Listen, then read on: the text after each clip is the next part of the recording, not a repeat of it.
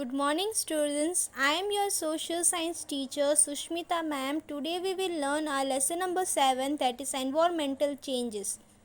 The air that envelops the earth from all sides is known as atmosphere. अब air जो है पूरे अर्थ को एक एनवलप जैसे लिफाफे के तरह पूरी तरह से घेरा हुआ जो एयर है उसे हम क्या कहते हैं? Atmosphere. The atmosphere is getting polluted due to human activities. अब यही एटमॉस्फेयर धीरे धीरे दूषित हो रहा है. क्यों? क्योंकि ह्यूमन एक्टिविटीज़ की वजह से. The environment gets polluted due to industries, factories, power station and vehicles. अब ये जो एनवायरनमेंट है वो दूषित कैसे हो रहा है?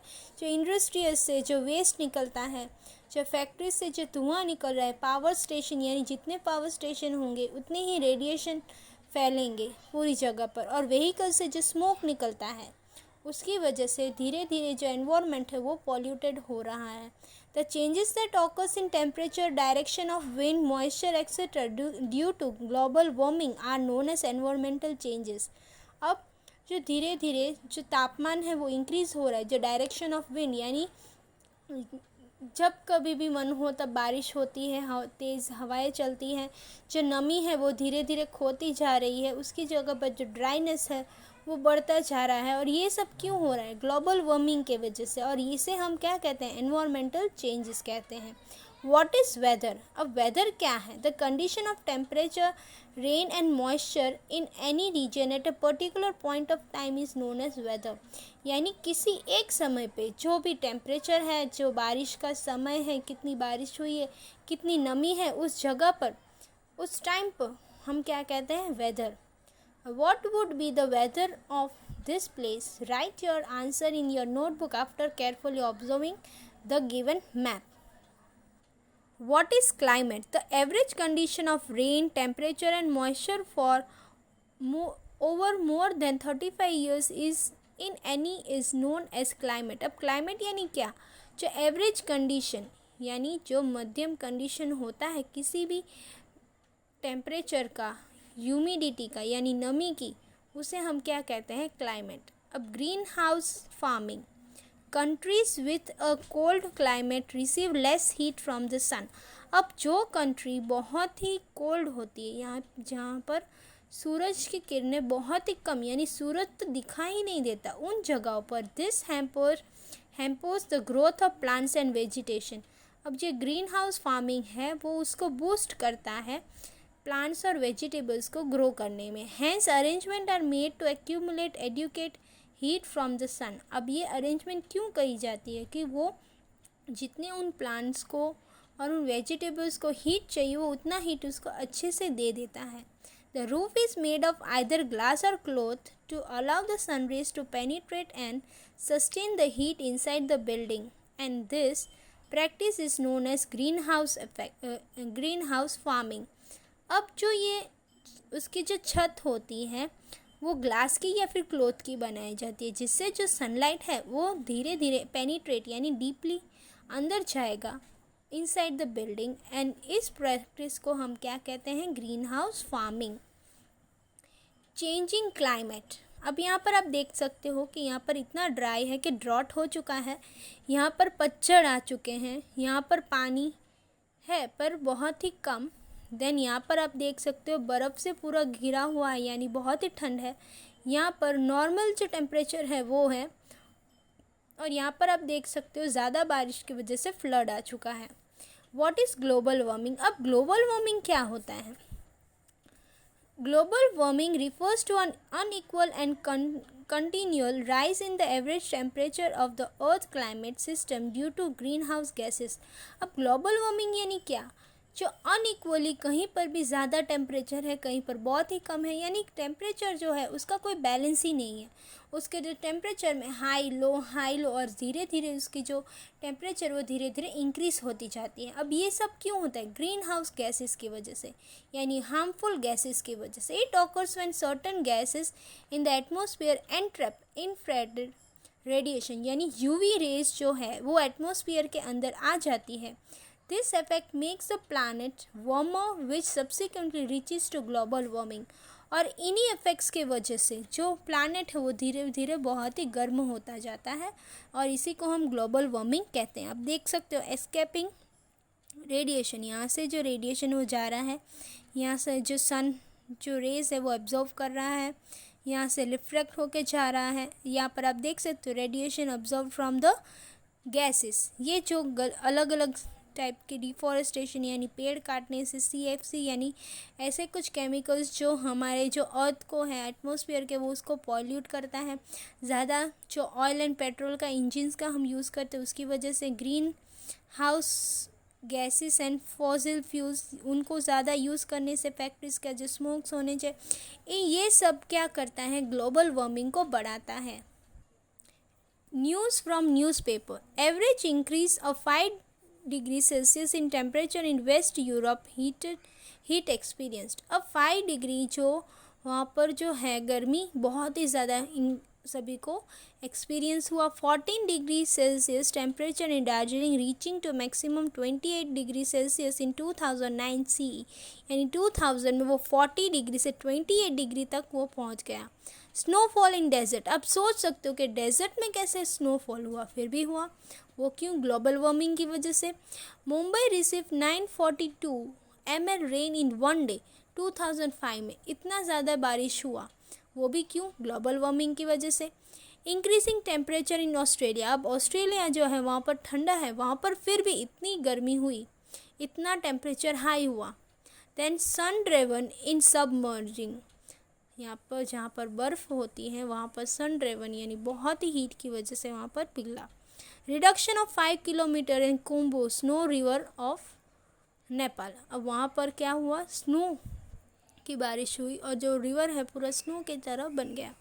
Ice cap of the size 3250 square metre melts with in 35 days in Antarctica, अब जो आइस कैप यानी जो आइस गिरा हुआ था 3250 स्क्वायर मीटर में वो 35 डेज में पिघलने लगा। Sources of rivers are drying up, जो रिवर्स है जो पानी के जो स्रोत हैं वो धीरे धीरे क्या होने लगे, ड्राई होने लगे। How does the earth gate heated, अब जो अर्थ है वो इतना हीट कैसे बढ़ रहा है, इसकी जो टेम्परेचर वो हाई क्यों हो रहा है। The greenhouse gases like carbon dioxide, methane, nitrous oxide, chlorofluorocarbon and halocarbons play an active role in greenhouse effect. अब ग्रीन हाउस इफेक्ट में ये सारी जो गैसेस है वो बहुत ही प्रभाव डालते हैं। The increase in the proportion of this gases leads to the problem of global warming and climate changes, यही सब इंक्रीज, इन सभी चीज़ों में इंक्रीज जब होता है तभी ग्लोबल वार्मिंग और क्लाइमेट चेंजेस होते रहते हैं। देखो figure showing temperature on earth, देख सकते हो आप कि ये टेम्परेचर धीरे धीरे कितना हाई होता जा रहा है। Increase in the temperature by 0.6 degree Celsius in the last 100 years. अब यहाँ पर आप देख सकते हो कार्बन डाइऑक्साइड 64% पूरे एटमॉस्फेयर में है, chlorofluorocarbon 65%, halocarbon 0.5% and methane is 10%. Each person in the world release 4.5 metric tons of CO2 यानी carbon dioxide. 100 years ago the amount of CO2 was 275 ppm. Today it is 350 ppm. आप देख सकते हो कि कितना इंक्रीज हुआ है कार्बन डाइऑक्साइड में। ppm मीन्स क्या, part per million. For example 280 ppm is equal to 0.28%। ये आपको एक परसेंटेज दिखाता है। आप देख सकते हो यहाँ पर ये धीरे धीरे देखिए, एनुअल एवरेज 5 years एवरेज, ये पूरे साल का जो है वो आपको यहाँ पर ब्लैकिश में दिखेगा और 5 years का एवरेज है जो रेड में दिखेगा। आप देख सकते हो ये धीरे धीरे इसका जो लेवल है वो अप होता ही गया है। Then study the table given above, यहाँ पर आप देख सकते हो कि state how much we responsible in adding to the temperature of the earth. देखिए आप, थर्मल पावर स्टेशन में से yearly 9 lakh ton gases release होती है ग्रीन हाउस इफेक्ट में। मोटर कार से 17 करोड़ टन, एसीज में 24 आवर्स में 2230 kg, then television set 190 kg, tubelight 24 hour यानी एक दिन में 88 kg, कंप्यूटर से 24 आवर्स 130 kg, फ्रीज यानी 24 आवर्स 920 kg। ये सारे प्रोपोर्शन क्या है जो ग्रीन हाउस इफेक्ट को एग्रेवेट करता है यानी हाई करता है। Methane CH4, the massive increase in methane proportion from 315 ppm in the year 1750 to 1764 ppm in the year 2000 was due to reason listed below। अब यहाँ पर आप देख सकते हो कि पहले वो कितना था 315 और धीरे धीरे वो इंक्रीज 2005 तक हुआ। Then excelling of animals and metabolism process, यानी उनका जो धीरे धीरे क्या हो रहा है, उनकी जो डिमिनिश हो रही है यानी 14 करोड़ टन उनसे रिलीज़ होता है methane gas. Paddy cultivation 15 crore ton यानी उससे भी हमें मीथेन गैस थोड़ा सा प्रोड्यूस होता है। डिकम्पोजिशन ऑफ बायोडिग्रेडेबल वेस्ट, यानी जो डिग्रेडेबल, ये जो हेल्थ के लिए जो डिग्रेडेबल होता है, जो सॉइल के साथ मिक्सअप हो जाता है, वैसे कुछ चीज़ें 7 करोड़ टन।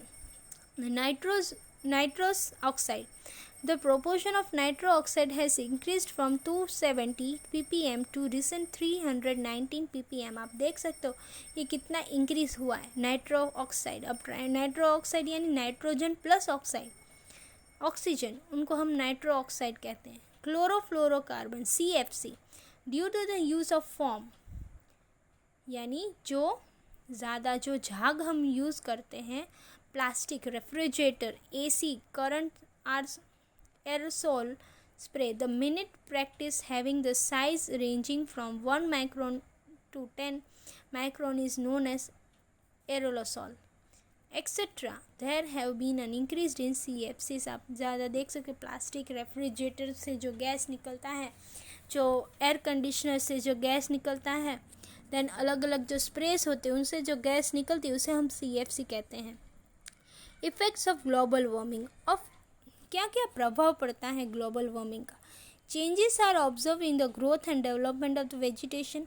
अब आप देख सकते हो कि सभी जगह पर जो वेजिटेशन यानी जो प्लांट्स नेचुरली ग्रो होते हैं वो धीरे धीरे क्या होते जा रहे हैं, कम होते जा रहे हैं। Certain species of bird are now disappearing such as sparrow and vulture. आप देख सकते हो कि जो चिड़िया है वो बहुत ही कम होती जा रही है, जो वल्चर वो भी बहुत ही कम होते जा रहे हैं। 2000 ग्लेशियर ऑफ हिमालयाज हैव रेसिडेड और मेल्टेड। अब 2000 ग्लेशियर यानी जो हिमालय में जो बर्फ़ है जो जमी हुई है वो धीरे धीरे क्या होती जा रही है, मेल्ट होती जा रही है। आप यहाँ पर देख सकते हो gradually changes observe in the glacier. May 12, 2001 में इतना पिघला था, देन जुलाई में 2003 में इतना, देन 2006 में देखो कितना ही पिघल रहा है। ये सब क्यों? क्योंकि ग्लोबल वार्मिंग की वजह से। There has been an increase in natural calamities like famine, cyclone, excessive rain and flood in the last 10 years। अब ये ग्लोबल वार्मिंग की वजह से नेचुरल कैलामिटीज़ जैसे फेमाइन, सूखा हो जाना, साइक्लोन यानी बहुत ही तेज़ हवाएं आना, ज़्यादा बारिश होना, जिसकी वजह से क्या होता है, फ्लड हो जाता है। The places receiving heavy rainfall are now experience less rainfall। जहाँ पर ज़्यादा बारिश होती है वो उसका उल्टा हो रहा है, वहाँ पर कम बारिश होने लगी है। Rajasthan and Dubai experience heavy rain and there is scanty of rain in Cherrapunji. आप सुनते थे कि चिरापुंजी है वहाँ पर ज़्यादा बारिश हुआ करती थी, पर अब क्या हो रहा है, वहाँ पर बारिश नहीं होती। और जहाँ पर राजस्थान, दुबई, जहाँ पर जो डेजर्ट एरियाज है वहाँ पर बारिश नहीं होती थी, अब वहाँ पर सबसे ज़्यादा बारिश होने लगी है। The production of pulses have gone down. जो पल्सेस है उनके जो प्रोडक्शन वो भी धीरे धीरे कम होता जा रहा है। The level of ground water has decrease. आप सुनते ही हो कि धीरे धीरे जो पानी का परसेंटेज है वो धीरे धीरे जो दुनिया में है वो कम होता जा रहा है। जो पानी हम पीने लायक है वो पानी। The melting of glacier has increase the water level in oceans. अब जो ग्लेशियर यानी हिमालय जो है वहाँ से जो बर्फ़ है वो पिघल रहा है। अब उसकी वजह से क्या हो रहा है, जो ओशन है उसका पानी धीरे धीरे उसका जो लेवल है वो इंक्रीज़ हो रहा है। This has aggravated the erosion of coastline, यानी जो कोस्ट लाइन है उसमें भी वो थोड़ा थोड़ा उसमें भी इफ़ेक्ट कर रहा है। Human being will fall victim to dehydration and malnutrition due to increase in temperature. अब ज़्यादा टेम्परेचर यानी बहुत ही ज़्यादा गर्मी होने से और इतना हीट मिलने से क्या होगा, हम डिहाइड्रेट हो जाएंगे, यानी हमारे जो बॉडी में पानी है वो कम होता जाएगा, माल न्यूट्रिशन होगा, हमें चक्कर आएंगे, खाना अब देखिए ज़्यादा धूप गिरने से ज़्यादा सनलाइट होगा, हीट होगा, टेम्परेचर होगा, तो जो हम क्रॉप्स ग्रो करेंगे वो बर्न हो जाएंगे, ड्राई अप हो जाएंगे। अब वो हमें नहीं मिलेगा तो हमें न्यूट्रिशन फुलफिल नहीं हो गया हमारे बॉडी में। There will be changes in the cycle of seasons. अब साइकिल ऑफ चेंजेस होते हैं सीजन्स में, जैसे जब बारिश होनी थी तब बारिश नहीं होती, जब ठंड पड़नी चाहिए थी तब ठंड की जगह बारिश हो रही है, और ज़्यादा जब समर आता है तब बहुत ही ज़्यादा धूप निकलती है, डिहाइड्रेट होता है, आप कह सकते हो लो टेम्परेचर हो जाता है कभी कभी ठंड में, यानी जो साइकिल जो ठीक से चलनी चाहिए वो नहीं चल रही है।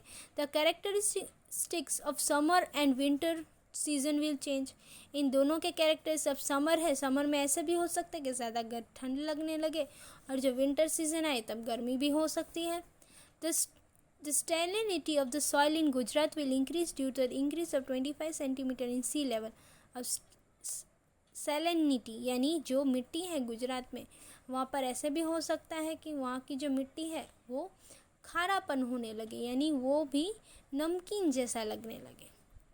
There is a marked decline in the agriculture production, यानी बहुत धीरे धीरे एग्रीकल्चर जो प्रोडक्शन उसमें धीरे धीरे डिक्लाइन हो रहा है, वो कम होता जा रहा है। The frequency of diseases like cholera, dengue, malaria, yellow fever, swine flu etcetera has increase. अब बहुत सारे डिसीजेस भी होते हैं, जैसे कि आप सुनते हो कॉलेरा है, डेंगू है जो मच्छरों से होता है, मलेरिया है, yellow fever, swine flu etcetera, ये सारे बढ़ने लगे हैं। The areas near the coast of Maldives, Bangladesh, Philippines, West Indies and Australia है सबमर्ज्ड, यानी ये सब जो है एक साथ कहीं किसी न किसी दिन ये सबमर्ज्ड हो जाएंगे, एक साथ मिल जाएंगे। According to an institution named Greenpeace, approximately 55 lakh people living in Gujarat will have to migrate in the year 2100 CE। अब ये जो कह रहे हैं कि ग्रीन पीस जो एक इंस्टीट्यूशन है, उन्होंने कहा है कि 55 लाख पीपल को गुजरात से जाके वो माइग्रेट करेंगे कहीं और 2100 CE में। The flowers are losing their fragrance due to global warming. Beehives are disappearing fast. अब क्या बोल रहे हैं कि जो फ्लावर है उनका भी जो उनके में नेचुरल जो फ्रेगरेंस थी वो भी धीरे धीरे कम होती जा रही है, और जो बी हाइव्स यानी जो मधुमक्खियों के घर हैं वो भी आजकल दिखते नहीं हैं। अब यहाँ पर आप देख सकते हो कि यूवी रेज जो है वो डायरेक्टली गिर रहा है, यूवी बी जो ये सब भी डायरेक्ट जो हमारे स्किन पे गिरे या फिर कहीं पर भी गिरे वो इतना बुरा प्रभाव डालेगा। अब यहाँ पर आप देख सकते हो कि जो रेफ्रिजरेटर है उसका जो गैस है वो भी बहुत ही पॉल्यूट कर रहा है। यहाँ पर आप देख सकते हो ये बायोगैस न्यूक्लियर पावर सेंटर है जहाँ से ये जो स्मोक निकल रहा है ये भी बहुत पॉल्यूट कर रहा है। जो एसी से जो गैस निकलती है वो भी हमें ज़्यादा प्रभाव करता है। Factor increasing the temperature on earth, ये सारी जो फैक्टर्स है ये टेम्परेचर को हाई करता है। अब नॉन